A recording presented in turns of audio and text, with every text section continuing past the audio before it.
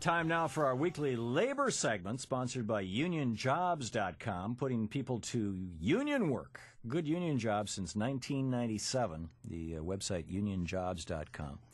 And Bjorn Klessen is with us. He is the executive director of Sweat-Free Communities, the website sweatfree.org. And Bjorn, welcome to the program. Thank you very much. And I'm looking at your website. This is great. Subsidizing web shops, sweatshops released on tax day. Tell us about that new report, Subsidizing Sweatshops Too.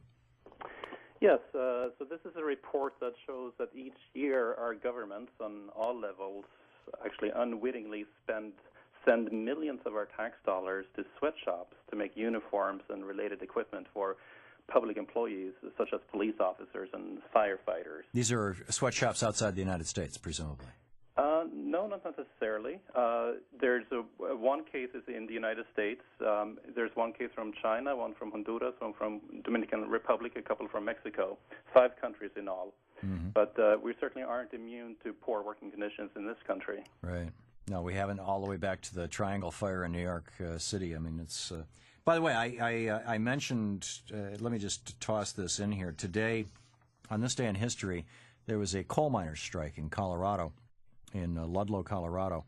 And the strikers had created a tent colony. They along with their women, their wives and children, were living in tents as, you know, to hold the lines on the coal mine. 11,000 miners on strike.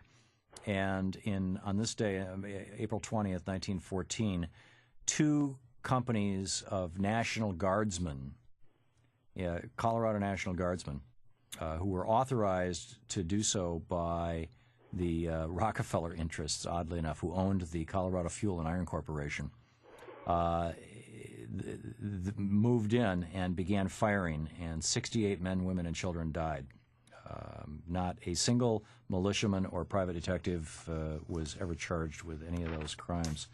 This is, you know, the right to unionize, the right to live and to work in decent conditions, the right for us. In fact, let's take this a step larger, Bjorn Klessen.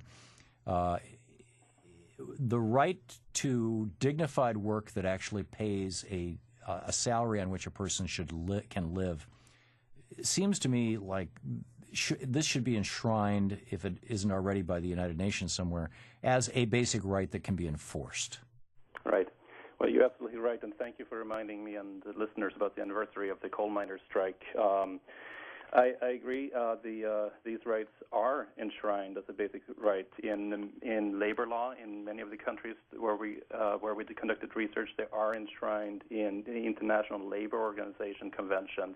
Mm-hmm. The International Labor Organization is a part of the United Nations, but they're not enforced, and that's the problem. We didn't find anything as dramatic as people being literally killed for standing up for their rights and organizing a union, but we found very strong evidence of serious discrimination against union supporters across the board in every single factory that we looked at, with the exception of one factory, which is a union factory in Pennsylvania. Mm. But other than that, union supporters, or even people who don't actually belong to a union, but simply are complain or stand up for their rights in any way, are harassed, intimidated, fired, and in at least one case that we looked at, blacklisted from employment in other factories. A lot of we're talking with Bjorn Klessen. Klessen, say your name, Bjorn. Clausen, thank you. Clausen. The executive director of Sweat-Free Communities. Sweatfree.org is the website. And Bjorn, you guys had according to your website, a significant action on April 15th, which I think got buried in all the stories about the teabagging and everything. Tell us about this. Yeah, we work with grassroots campaigns across the country to bring our message to state and local governments, namely to end public purchasing from sweatshops. Mm-hmm. So when we release a report like this, we bring it to our partners in cities and states across the country.